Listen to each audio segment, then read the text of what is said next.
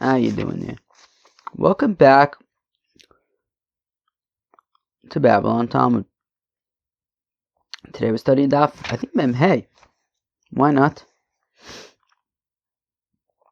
Daf Mem Hey of Masechta Sanhedrin. Friends, your friends. We're talking about more stoning stuff. More stoning stuff. Sounds like a lot of fun. Alright, here we go. We're going to start on Daf Mem Daled Amud Beis. 3 lines from the bottom at the Mishnah. So now, when they are 4 amis away from the stoning spot, so then mafshitin oiseh is begodov. So they take off his clothing. Now a boy, if it's a boy, so they cover him up in front, his genitals. Va'isha, and a girl, milfonea ume'achareh. In front of her as well as behind her as well. That's Rebuda's opinion. Whereas the Chacham say that while a boy is stoned in his birthday suit, a girl is not. She wears clothing. It says the Gemara, Tana Rabbanan, top of Memhei Amud Aleph, the rabbis taught in a brisa. So a boy, they cover him up in front, and a girl they cover in front and back. Because both the front and the back would be considered erva for a girl. This is the opinion of Rabbi Yehuda, whereas the Chacham say a boy is stoned naked, while a girl is not. Be'etzem, like the discussion in our Mishnah, like the machlokas in our Mishnah. My tamau derabanan. Now the question is, why? How come Rabbi Yehuda says that that boys are stoned in their birthday suits and girls are not? That's wait, what? Wait, what? Rebuta says that both boys and girls are stoned in their birthday suits, whereas the Chachamim say only boys are. The question is why. So my time I do, how come the rabbis say there's a distinction between boys and girls? Amrukah, the pasuk says Vragmu o so that this is by the Makala, by the blasphemer. It says Vragmu o so, and they will stone him essentially. My oso, what does it mean oso? Him. Ilim also v'lo also. If you're going to say that only boys get stoned, girls don't get stoned. The pasuk says v'otzeis ishahu or ishai. I think this is by maybe a masis. I think I didn't look it up, but it says that you will take out the right in uskatim bavon v'mesu, right? Yeah. So you'll take it, whether it's a boy, whether it's a girl. Right? Ha'ishahu o es ha'ishahi. Either whether it's a boy, whether it's a girl, you stone the person. So we see that be'etzem. What's that? What am I looking at? Is that like a thing? Yeah, I guess so.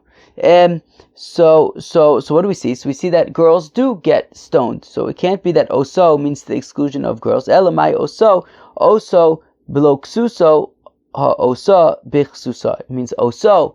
A boy is stoned in his birthday suit without his clothing, whereas that would not apply to a girl. Girls would be stoned in their clothing. Rabbi Omer, whereas Rabbi says oso below ksuso. No, what oso means, you will stone him, kilu, him in all of his glory, in his birthday suit. That's what we learn from oso, kilu, oso, just him, no clothing, nothing else, just him. That's what we learn from oso, and that would apply whether to boys, whether to girls. Kilo oso is not to the exclusion of girls; it's to the exclusion of anything else. It's the exclusion of clothing, right? It's just him. Oso below ksuso, him without his clothing, and now loshna ish loshna isha. Now this requirement for the birthday suit applies both to boys and girls. So the Meimer de Rabbanon Chaysh Le'erhura, Rabbi Yehuda lo Chaysh Le'erhura, fact the Gemara. So is this to say that the Chachamim say that girls are stoned in their clothing, and Rabbi Yehuda says girls are stoned naked? So it must be that Rabbi Yehuda is not concerned that people are going to have inappropriate thoughts when they see this girl getting stoned in her birthday suit. So Rabbi Yehuda is not concerned, therefore he says stone her in her birthday suit. Whereas the Chachamim say, no, she has to be wearing clothing, because if she's in her birthday suit, that people might have inappropriate thoughts. So then, but one second, we taka learn the opposite when it comes to a sota. It's not that we learn in the Mishnah in sota, that the kohen grabs her clothing, im nikru, if they tore like a clean tear, nikru, okay, then they tore. If they tore an unclean tear, like a messy tear, azoy. Magala is liba, until her heart is revealed. V'sosa Saira, and they undo her, I believe it means her braids in her hair. Rabbi Yehuda says, Im oya liba noe lo oya migaleu. That, well, if her heart was very beautiful, they would not reveal it. V'im oya Saira noe, and if her hair was very beautiful, lo oya soso, they would not undo it. So we see Rabbi Yehuda is the one being conservative. He's the one who's saying that, well, if she has a beautiful heart, beautiful hair, leave them alone. He seems to be the one who's concerned that people would have inappropriate thoughts if they saw her beautiful heart or her beautiful hair. So we see that Rabbi Yehuda seems to be concerned about it when it comes to sota, and yet when it comes to skila, he's unconcerned, and he says, let the girl be stoned in her birthday suit. And fakert for the Chacham.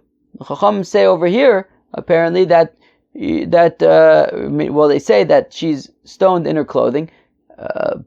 We're assuming that it means because they're concerned about people having inappropriate thoughts. Yet, when it comes to sota, they say reveal her heart, and they make no exception, regardless of how beautiful her heart is. As the same thing for her hair. Rabba says, Rabba Hasam Hainu Taima. Look, this is the reason why by sota, Rabbi Yehuda says that we have to be concerned if she has a very beautiful heart or very beautiful hair, because Shema Teitzemi Bezdin Zakoya V'yizgru B'pirchei Kuna.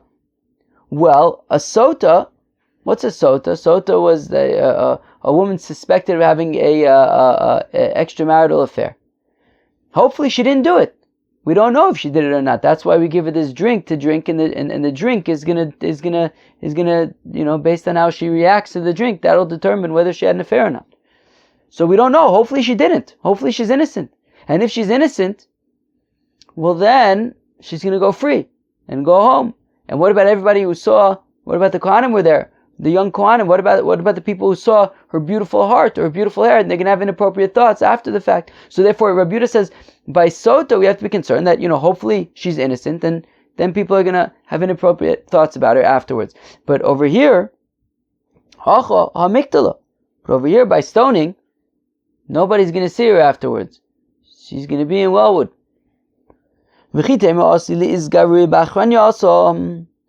going to say, yeah, but still, Rabbi Yehuda, shouldn't you be concerned by skila that if you see this girl in her birthday suit, then maybe you might start thinking about other girls in their birthday suits? So Omar Rabba says, Rabba Gemiri, and Yetzirah Shirleit Ella B'mi She'ein Avros. No, the Yetzirah will only sort of address that which it saw. Okay? One second. Where is that? I think it's just the fire. Azoy. Made it to the noise cancelling headphones. Okay, fine. So therefore, by sota, Rabbi Yehuda is concerned about hirhur, but not by skila. Now, where are we? Fine. All right. Amar Rabba says, Rabba, okay, we did this. Amar Rave says, Rave, Rabbi Yehuda, what? Amar Rave, Rabbi Yehuda kasha, Rabbanan loy kasha, effect Rave. Okay, fine. So we just explained the stira, right? Rabbi Yehuda's stira, right? by skila is not chayish le'irhura, and by sota he is. So we explain that there. But what about the chachamim? The chachamim by sota are not concerned, and over here they are concerned. Eloma Rava, rather Rava says, so Yehuda is no problem, as we explained, right? That by sota hopefully she'll be innocent. Then people will have inappropriate thoughts, but by skila she's going to be in wellwood. The Rabbana nami lo kasha, but the rabbis are also no problem. Amar Kra, the pasuk says, "V'nivosu kol anoshim v'lo se'asena kizim ascheno," and all of the women will be, I don't know, like musard, I guess, and they won't do anything inappropriate. Okay.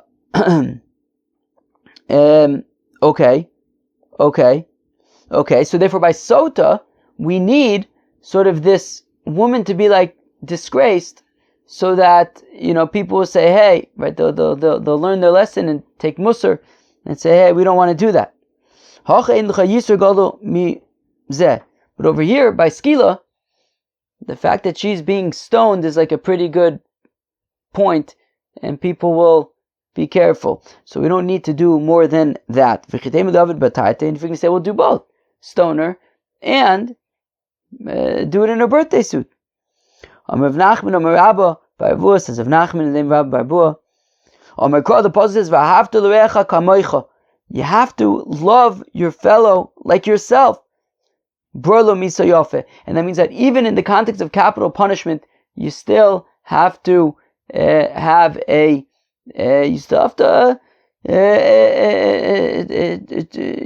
v'ahavta l'reacha kamoicha in every situation, even in the situation of execution. If you're executing somebody, do it in a mechubad way, and therefore she should be wearing clothing.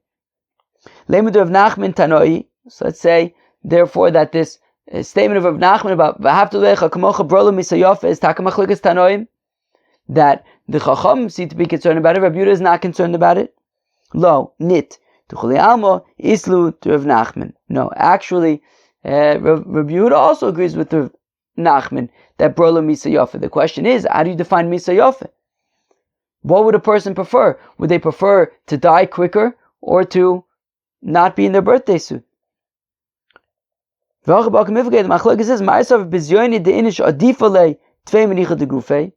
Chachamim hold that a person's what's the word I'm thinking of?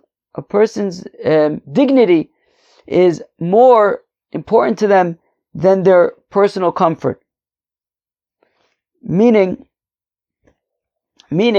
if you ask a person, "Hey, look, two options. We could stone you in your birthday suit. It won't be as painful, but you'll be in your birthday suit. Or you can wear clothing, but it'll be more painful." So the Chacham said, look, a person would prefer to endure the pain and be clothed. Whereas Rabbi Yehuda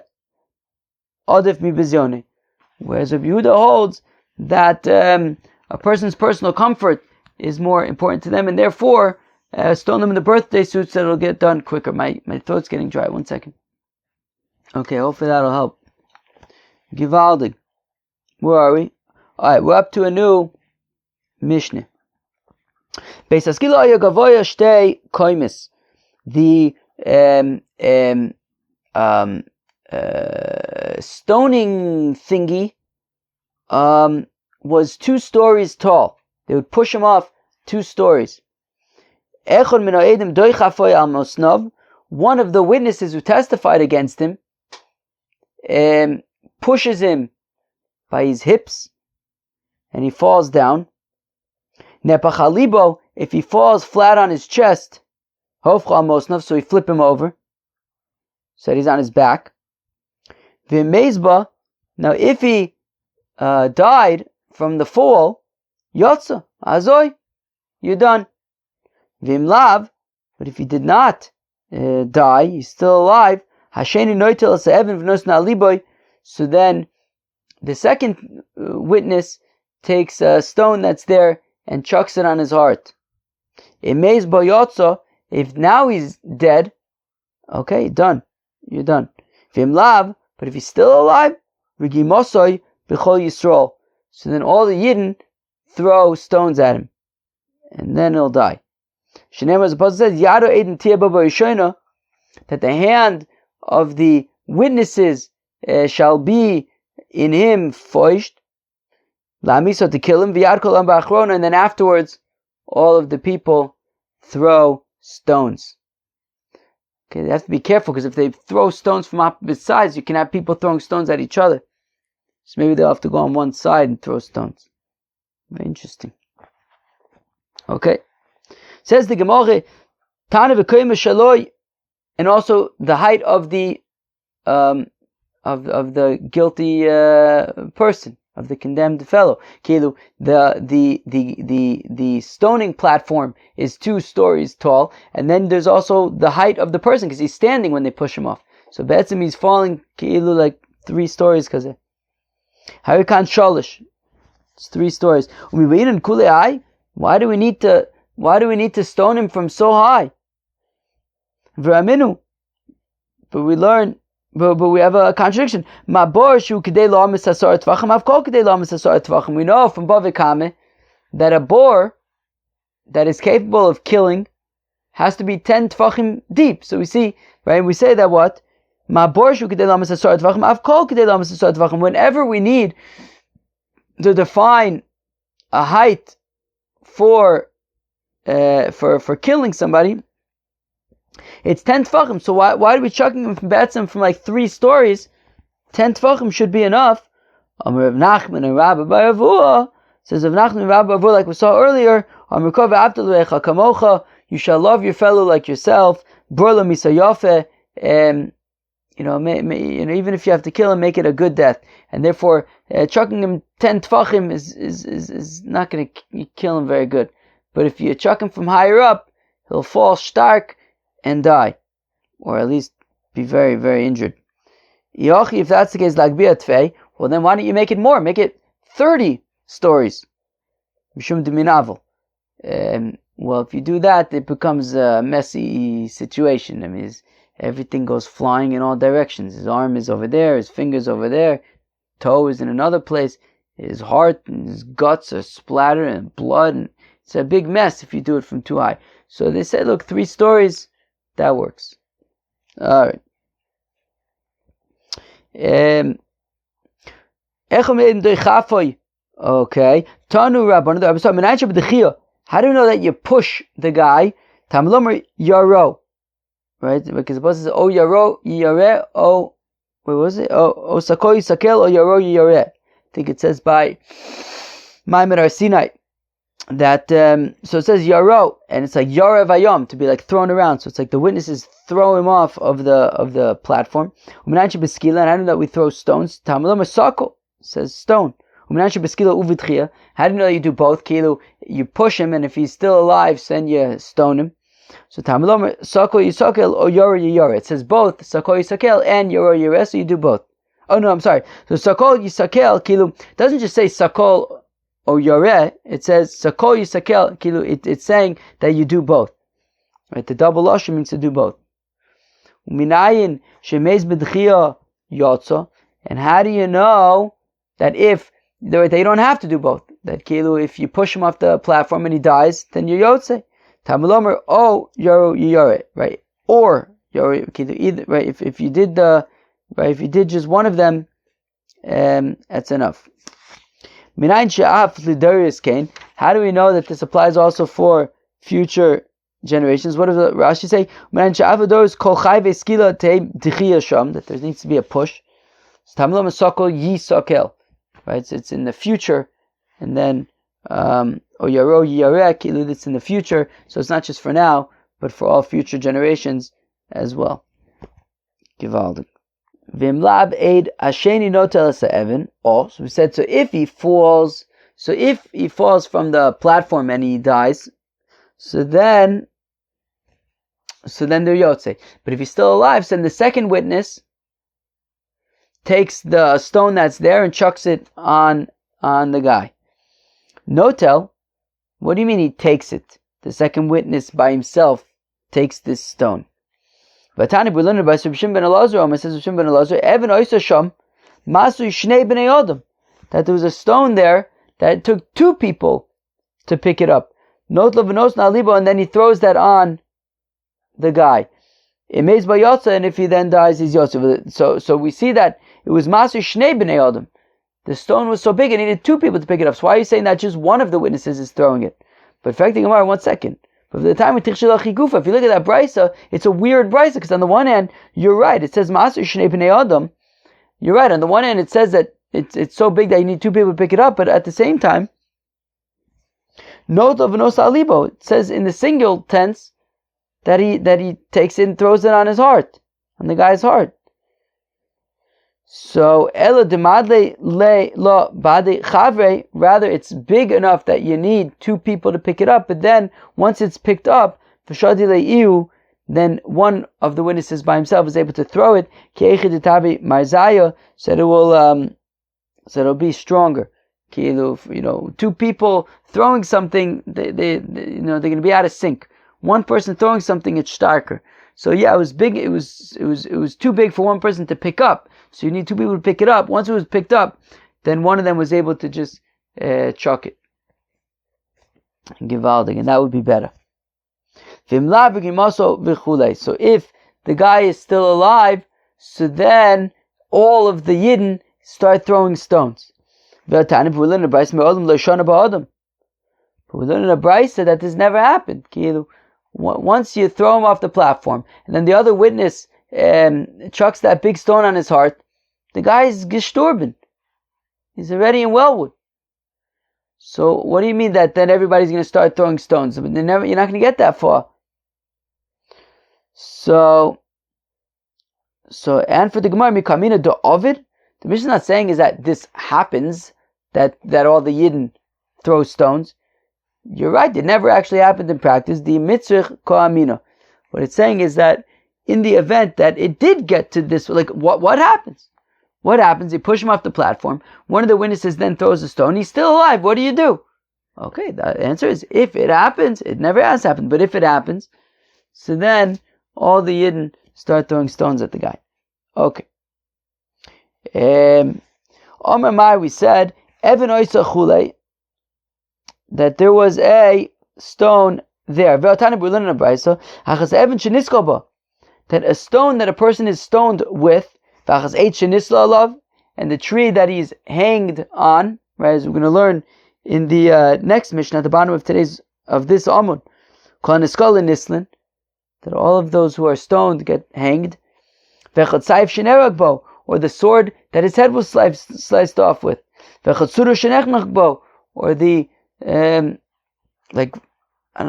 cloth rope kind of thing that he is strangled with. Kulon nikbarin imo. They're all buried with him. So when it says, what does it say? Where are we? Where am I? Right, so what does the Mishnah say? Noto as ha Evan. Right? Where am I? Where am I? Evan Oisav Chule. Where is this? Okay. What does Rashi say? Where am I? Okay. Haisa. Okay. Where am I? Where am I? Wait, what? What's going on here? I'm so lost. Evan Haisa. Okay, so Rashi says Haisa mashma kol yom Haisa lechach. Okay, the point is that the implication of when it says, now I have to find it again, Evan Oisa Sham, that there was a stone that was there, it implies that it's always there. It's like a stoning stone. That there's like a stone that's always there, but at the same time, we learn in the Brisa that the stone that he's stoned with is buried with him. So how could it be that it's this same stone that's like designated for all stonings, but isn't that stone buried with him? Okay.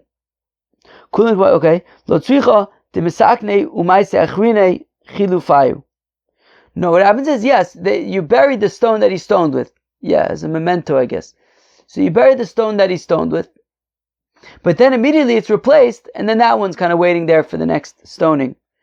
But again, stoning doesn't happen very often. Again, there's that Mishnah in Makkos which talks about, a bezin that kills once every 7 years is already considered pretty aggressive. Nikbarin imo, What do you mean that it is buried with him? They aren't buried with him. Amar Papa says, Papa, my imo, what does it mean with him? Imo b'tfisa. So within his dalar amas, close by, not mamish in his coffin with him, but close by. Fine. Amar Shmuel says, Shmuel nikto yado edim potter. So what if you have a capital case? That guy was Michal Shabbos, and witnesses testified, but then their hands got sliced off. Right? Meaning, the hands of the witnesses subsequently got sliced off. So says Shmuel, he's potter. He's not going to get stoned. My time, how come? Because we need Yado Edim Tia Baba Yishona. The Pasuk says the hand of the witnesses are going to be first to, in the stoning. Veleka, and that can't be if they lost their hands. Okay, so if you're saying that they need hands, so then meaning we're talking about if the witnesses, if their hand got sliced off after they gave their testimony. But does this mean, you're saying because it says Yada Edim Tia Baba Yishona Lamiso? Well, based on that, well then does that mean that if they are missing, if you have somebody who's just Pashut is missing his hand min lechatchila from beforehand, is he not allowed to be a judge?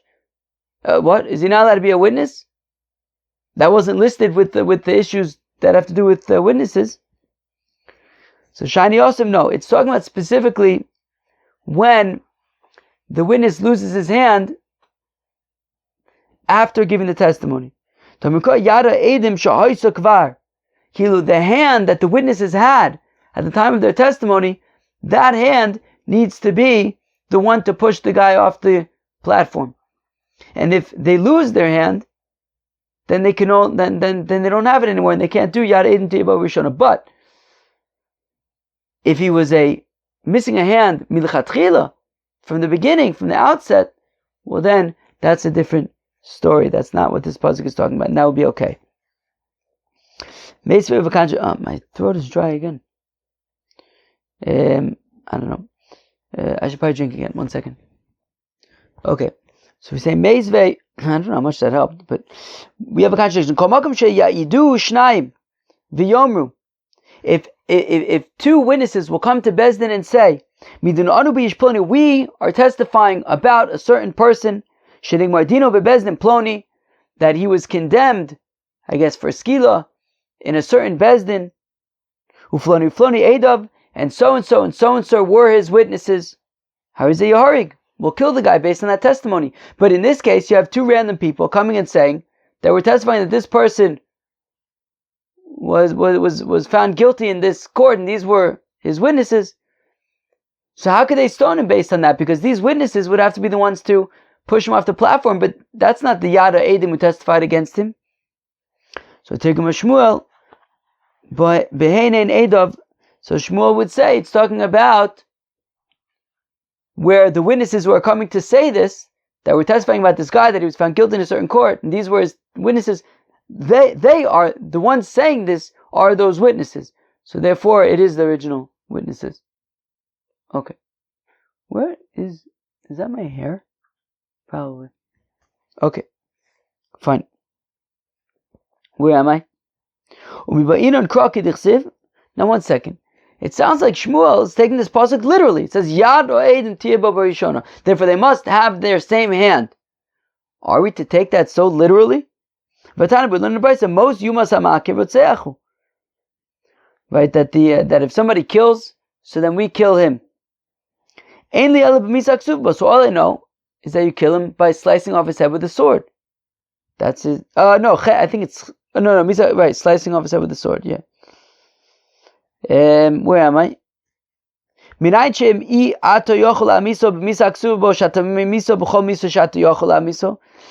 we know that if we can't kill him with a sword, so we can just kill him however we need to?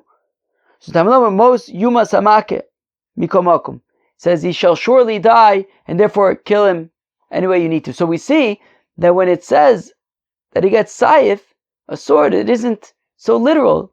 It means kill him however you got to kill him. So Shani Yosem, no, but that's different to Amar Kra, most you must. He said, no, that's different. The pasuk specifically said, most you must. He shall surely die, which is coming to include any way of killing him if you need to. So the pasuk is going out of its way to teach us that. But then why don't we use that as a binyan and say that, well, just like over there, it's not literal. So then generally we could say it's not literal. Well, the thing is, Rotzeach, a murderer, as we just spoke about, V'goel Adam. Who can tell me what a Goel Adam is? Goel Adam is that if you have a person who kills somebody else by accident, so he goes to an Ir Miklat. The Ir Miklat, the city of refuge, is refuge from the relatives of the victim who might want to kill him. But if he steps out of the Ir Miklat, then the relatives have the right to kill him. So, there are two psukim habayin ke'echad, meaning, if you want to kind of take as a precedent, well, we see something in one place, let's apply it generally. Well, that's fine, that's a binyanav. But if you have two psukim, right, so meaning, for example, over here we're saying that, well, just like by murder, the death penalty is not literal, it could be just kill him wherever you gotta kill him. So also generally we could say that psukim don't need to be translated that literally. The problem is that we have if we only had one instance where that happens, we could say, okay, just like that's the case there, so it's also in other cases. But the thing is that we have this in two places. Once you have it in two places, it's only those two places, nowhere else. When you have two psukim that teach something, well then it's only in those two places, it can't be generally applied. Rotzeach is that which we said. Goel Adam, what's the scenario with the Goel Adam? The Tanya Goel Adam Yomi Rotzeach, that the Goel Adam, the relative of the victim, will kill the murderer. Mitzvah b'Goel Adam. So the mitzvah is for the relative to kill the murderer if he leaves the Ir Miklat. How do you know that if he doesn't have a goyel? So Bezdin appoints one for him. Shenemar befigo bo. Mikol makom. That when he interacts with him, when he I guess kills him. So then it says right when he hits him. However, it might it doesn't have to be the Goel Adam. If there's no Goel Adam, it could be this other person that's established by Bezdin. Says Makshisha Beidu of Chizah to Rav Ashi. But one second, why are we questioning whether psukim are taken literally? Of course they are. For that time we learn in a Mishnah later on by Ben Sorer Moreh. If one of his parents were missing a hand, or ilim, or mute, or chiger, or they can't walk, or suma, or blind, or cherish, or deaf, then the child would not be a ben sora umar. They have to grab him, therefore they can't be missing hands. Also, they take him out, therefore they have to be able to move him. I think that means chiger, I think, is being able to move, to walk, I think. They say, therefore they can't be mute. They can't be blind because they have to say this child, they have to see him, they have to point to him. He's not listening to us, therefore they can't be deaf, because I guess the point is, if they're deaf, then they don't know if they heard or not, or if he accepted what they said. My time up. So why it seems like we're taking all these things literally? Isn't it because we're taking these things literally, right? It says therefore they can't be blind. It sounds like every single thing that the pasuk is saying we're taking very literally. Lo, it's not that we need to take the psukim literally. Shani also, it's different over there. The chulei kra yiseru. The whole thing is extra, because normally when it comes to skila, we just say, okay, kill the guy. But over here, we're not just saying kill the guy. We're saying his parents take him out, and they have to say this child. There's all these extra things that are not in any other place, and therefore they're for us to learn things from. Tashma kamanir ein lo rechov ein nice ani dachas divrei bishmo. In order for a city to be able to be an Ir Nidachas, it has to have a road. And Rabbi Shmuel says that if there's no road, then it can't be near nidach. So Rabbi Kiva Omer ein lo rechov osin lo rechov. Rabbi Kiva says, look, if there's no road, so make one. Ad kan lo plig el demaisav rechov de meikarbin or maisav rechov de hashtanami kidmei karadami. So the only machlokas between Rabbi Shimon and Rabbi Kiva is about whether you can construct the road after the fact, but they both agree that you need to have the road, because it says a rechov ha'ir. So you need the pasuk to be literal. Right? It says you take everything out to the rechov ha'ir. So Tanai, so whether we take things literally is machlokas Tanaim the Tanan that we learned in the Mishnah. Ein lo boyin yad boyin regel ozin yimonis. By the purification of a mitzora, it says they apply the blood of a bird to his thumb of his hands and feet, and to his ear, to his right ear. So if he doesn't have thumbs, or an ear, or right ear, ein lo tairo lamas, then he can never become pure, because you can't, right? The pasuk is taken literally. You have to put it on his thumb. He doesn't have a thumb, so then he can't become purified. Rabbi Elazar says,